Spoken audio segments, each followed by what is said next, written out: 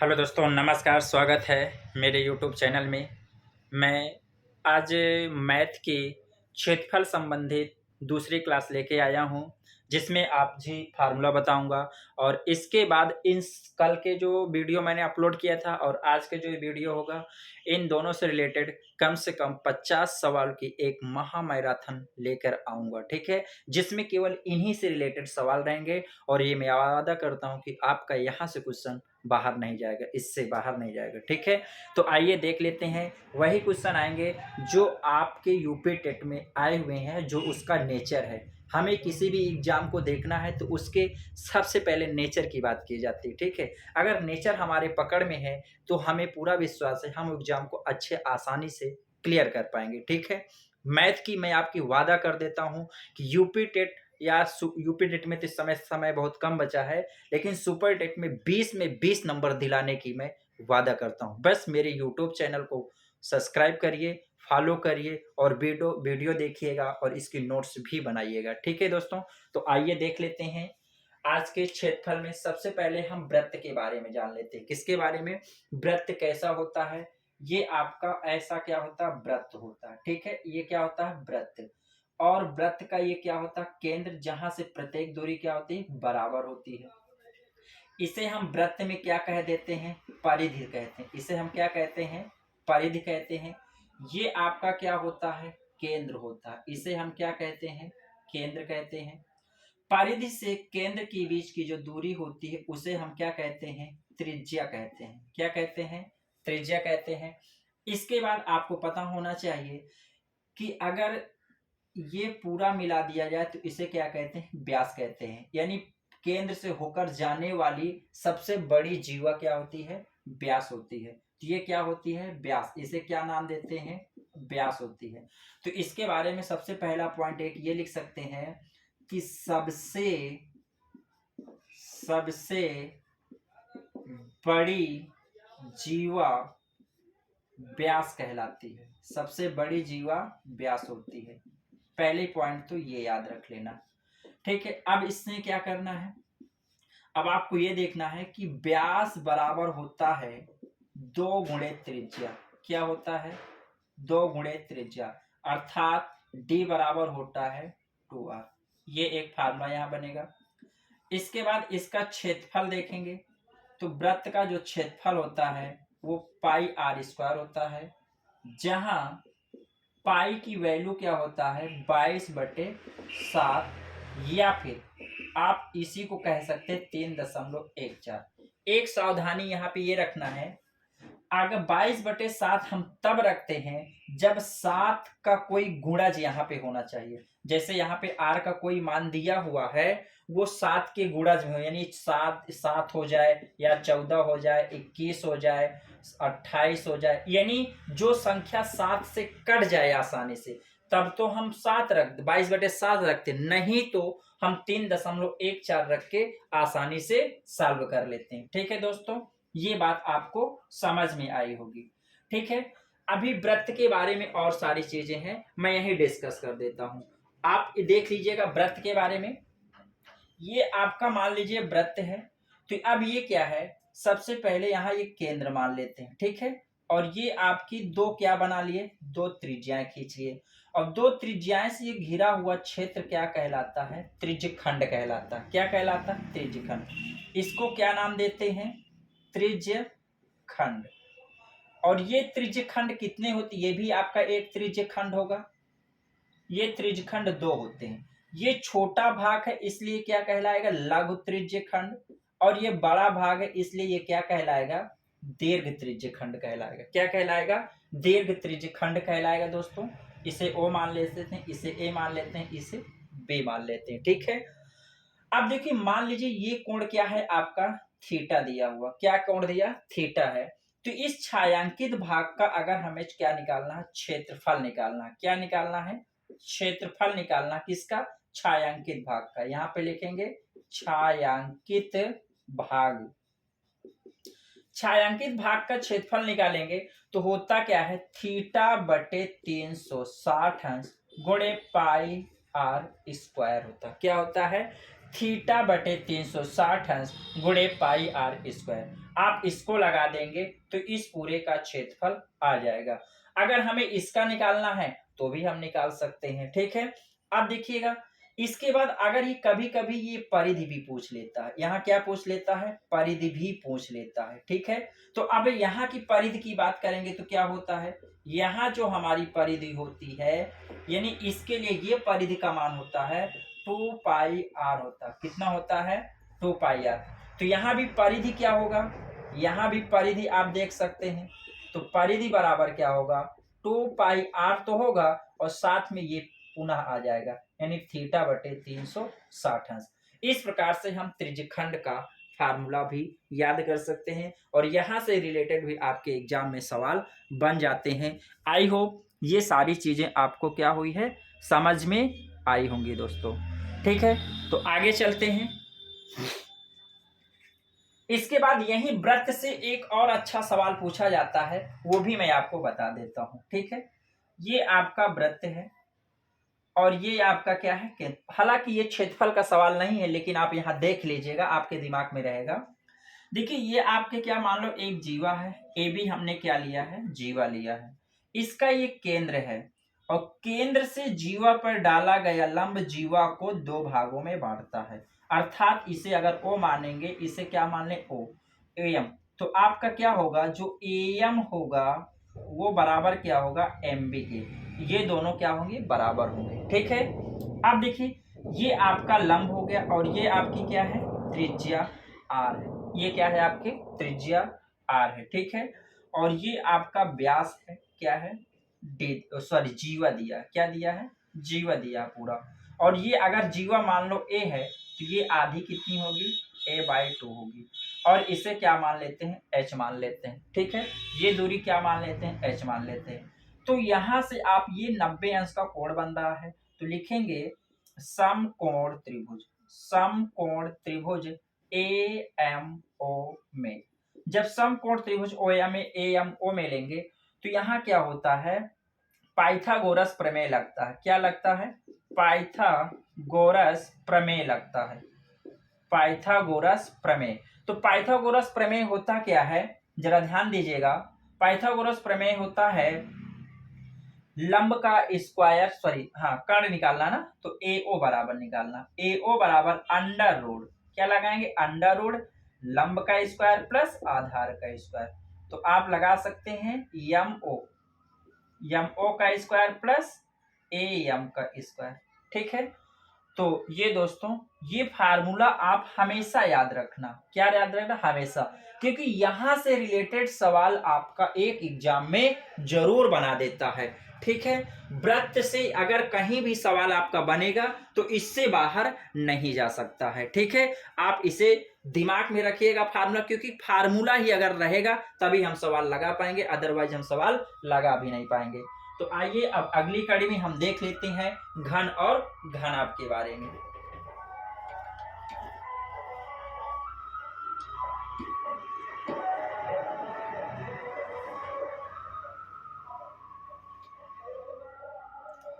हाँ, तो घन के बारे में अब देख लेते हैं क्या होता है।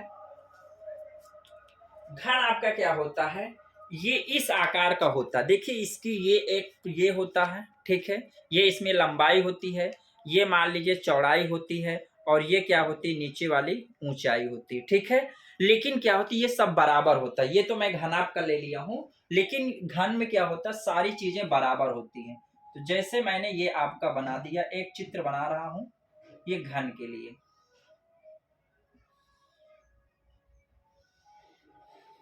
आप लोग भी ऐसे बना सकते हैं। ये बन गया घन। ये आपका जो लूडो खेलते हैं ना, वो घन के आकार का होता है, जिसे क्यूब कहते हैं। ये घन बन गया, ठीक है।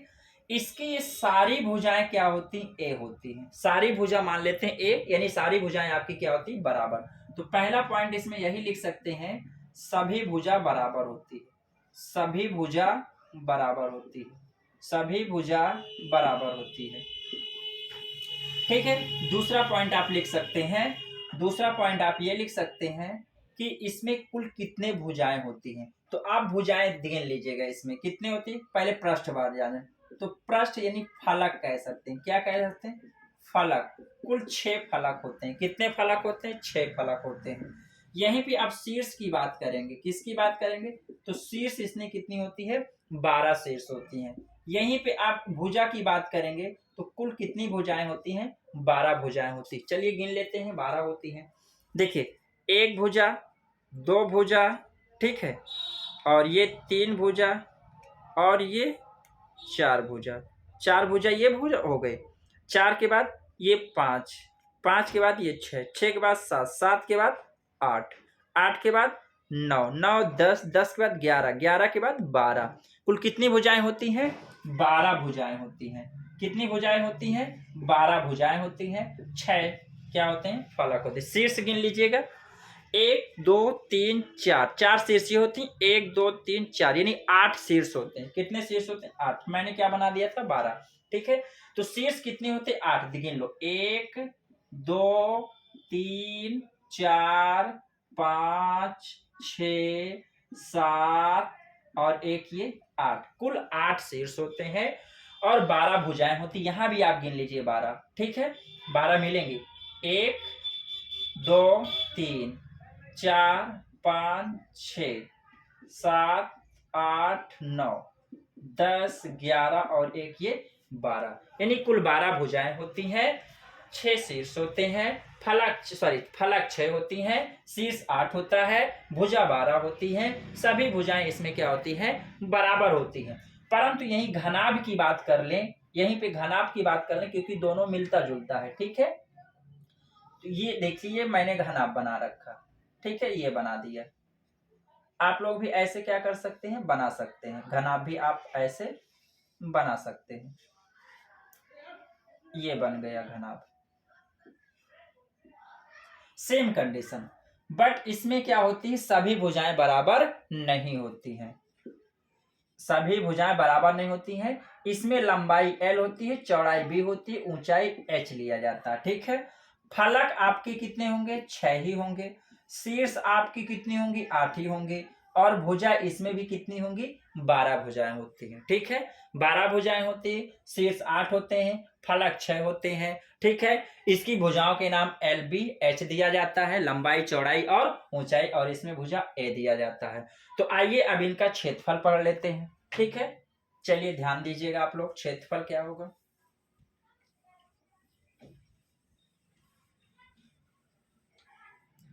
हाँ, पहला पॉइंट, इसका अगर क्षेत्रफल देखेंगे घन का, क्षेत्रफल अगर की बात करेंगे तो एक का होता है 6, यानी 6 स्क्वायर इसका क्षेत्रफल होगा। इसका क्षेत्रफल क्या होगा? 6, क्योंकि 6 भुजाएं 6 फलक होते हैं, 6 क्षेत्रफल होगा। ठीक है, अगर यहीं पे कह दे पार्श्व पृष्ठीय क्षेत्रफल, क्या कह दे? पार्श्व पृष्ठीय क्षेत्रफल, पार्श्व पृष्ठीय क्षेत्रफल कह दिया जाएगा तो इसका मतलब ये होता है, जैसे ये होता है इसका ये भाग और इसका ये भाग नहीं रहेगा, बाकी ये चारों रहेगा। ठीक है, चारों रहेगा। तो चारों रहेगा तो चारों का मतलब क्या होगा? 4a स्क्वायर आ जाएगा। ठीक है, इसके बाद इसका अगर आयतन की बात करेंगे, ठीक है, अगर इसके आयतन की बात करते हैं तो भुजा क्यूब होता है। इसके आयतन की बात करते हैं, क्या होता? भुजा क्यूब। अगर इसमें विकर्ण की लंबाई पूछे, सबसे बड़ी विकर्ण की हो जाती है, विकर्ण की लंबाई पूछा जाता है तो a अंडर रूट कितना होता है? 3 होता है। ठीक है, ये चीज आप दिमाग में बैठा लेंगे। अगर आपको केवल इतना पता रहेगा फार्मूला, तभी हम आगे सवाल कर पाएंगे, अदरवाइज सवाल हम सॉल्व नहीं कर पाएंगे। इसी प्रकार घनाभ के बारे में हम देखेंगे। किसके बारे में? घनाभ के बारे में। ठीक है, घनाभ के बारे में जो क्षेत्रफल लिया जाएगा, इसका मतलब ये हुआ कि ये जो पूरा, ये जो जितना इसमें कागज लगा हुआ है, ये पूरा जो रिटन है, लिखा हुआ है, ये पूरा एरिया क्षेत्रफल ही होता है। ठीक है, इसका जो पूरा क्षेत्रफल होता है तो इसके क्षेत्रफल में बात करेंगे, क्या बात करेंगे? इसका क्षेत्रफल तो 2 रहेगा, LB plus BH plus LH, ये रहेगा। लंबाई गुणे चौड़ाई, चौड़ाई गुणे ऊंचाई, लंबाई गुणे ऊंचाई आ जाता है। ठीक है, ये आ जाता है। अगर इसमें पार्श्व पृष्ठीय क्षेत्रफल कह दे, पार्श्व पृष्ठीय क्षेत्रफल कह दिया जाएगा तो इसमें क्या होगा? ये वाला पार्ट आपका हट जाएगा। ठीक है, तो 2 क्या हो जाएगा? L प्लस B H आ जाता है। इसे हम चारों दीवारों का क्षेत्रफल भी कहते हैं। चारों दीवारों के क्षेत्रफल के नाम से भी जाना जाता है। चारों दीवारों के क्षेत्रफल, चारों दीवारों के क्षेत्रफल की अगर बात किया जाए तो आपका यही फार्मूला अप्लाई होगा। ठीक है, तो चारों दीवारों का जो क्षेत्रफल होगा 2L+B इंटू H आ जाएगा। ठीक है दोस्तों, आई होप ये आपको पूरी तरह से समझ में आया होगा। ठीक है, आपका एग्जाम बहुत नजदीक है इसलिए वीडियो थोड़ा लंबा हो जाए, प्लीज आप लोग पूरा फार्मूला लिख लीजिएगा। ठीक है, इसके बाद इसमें पार्श्वपृष्ठीय क्षेत्रफल के बाद देखा जाएगा तो आयतन अगर बात किया जाए, किसकी बात करें, आयतन। आयतन का मतलब क्या होता है कि इसमें कितना अंदर कोई सामान रखा जा सकता है। ठीक है, जैसे मान लो एक घनाभ के आकार का कोई बर्तन आ गया तो उसमें कितना पानी रखा जा सकता है, वही उसका आयतन कहलाएगा। एक चीज और समझना, आयतन को कभी कभी धारिता के नाम से भी पूछा जाता है।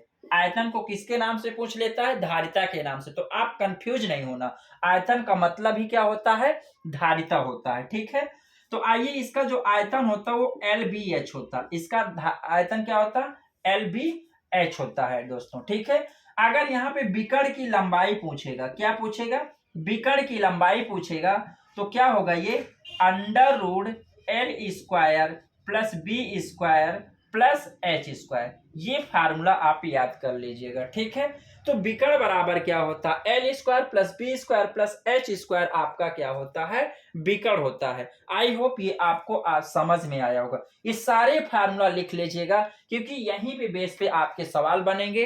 कैसे सवाल बनेंगे वो मैं आज कराऊंगा। ठीक है, इसके बाद उसका भी वीडियो मैं अपलोड करूंगा। दोस्तों, आपका प्यार अगर मिला तो वादा करता हूं कि सुपर टेट में एक भी क्वेश्चन आपका बाहर नहीं होगा। ठीक है, तो आपका वृत्त हो चुका, घन हो चुका, घनाभ हो चुका। अब देख लेते हैं बेलन और शंकु के बारे में। ठीक है, तो बेलन कैसा होता है, जैसे मैं मार्कर ही लिया हूं, ये बेलनाकार होता है। ये आपका क्या होता है, बेलन बना दिया मैंने, क्या बना दिया, ये बेलन बना दिया। बेलन की ये क्या होती, ऊंचाई होती है, और ये आपका इसका क्या होता है, ये आपकी परिधि होती है, ये भी इसकी परिधि होती है। तो ये वृत्ताकार आपका बना होता है।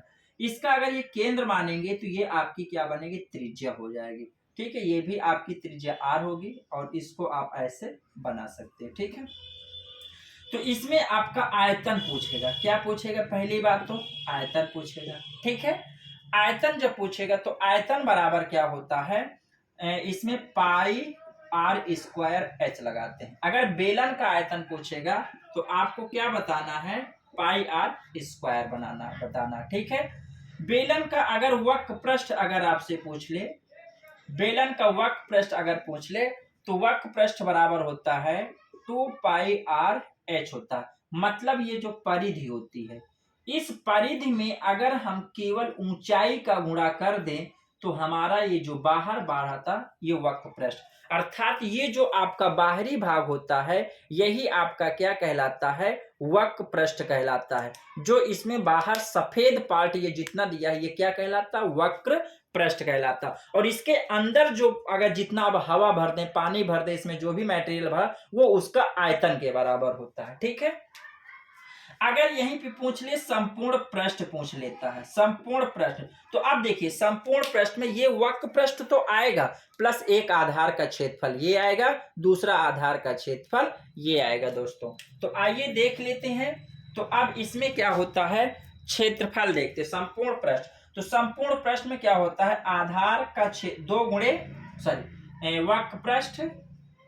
वक्र पृष्ठ प्लस 2 गुणे आधार का क्षेत्रफल, आधार का क्षेत्रफल।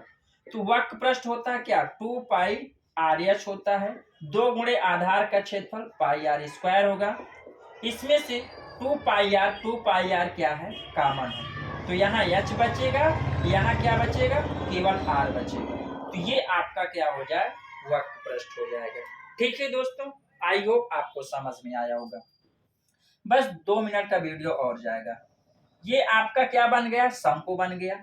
ये शंकु की तिर्यक ऊंचाई है जिसे स्लैंट हाइट कह देते हैं।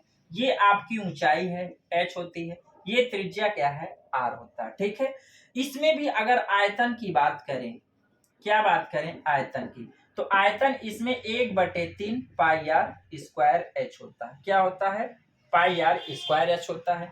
अगर यहीं पे मैं बात कर लूं आयतन के बाद क्या कर लूं, वक्र पृष्ठ ले लूं, वक्र पृष्ठ, तो वक्र पृष्ठ होता है इसका पाई आर एल, यानी ये आपका पाई आर एल यहां से निकलेगा और ये ऊंचाई आ जाएगी। ठीक है, ये स्लैंट हाइट लिया।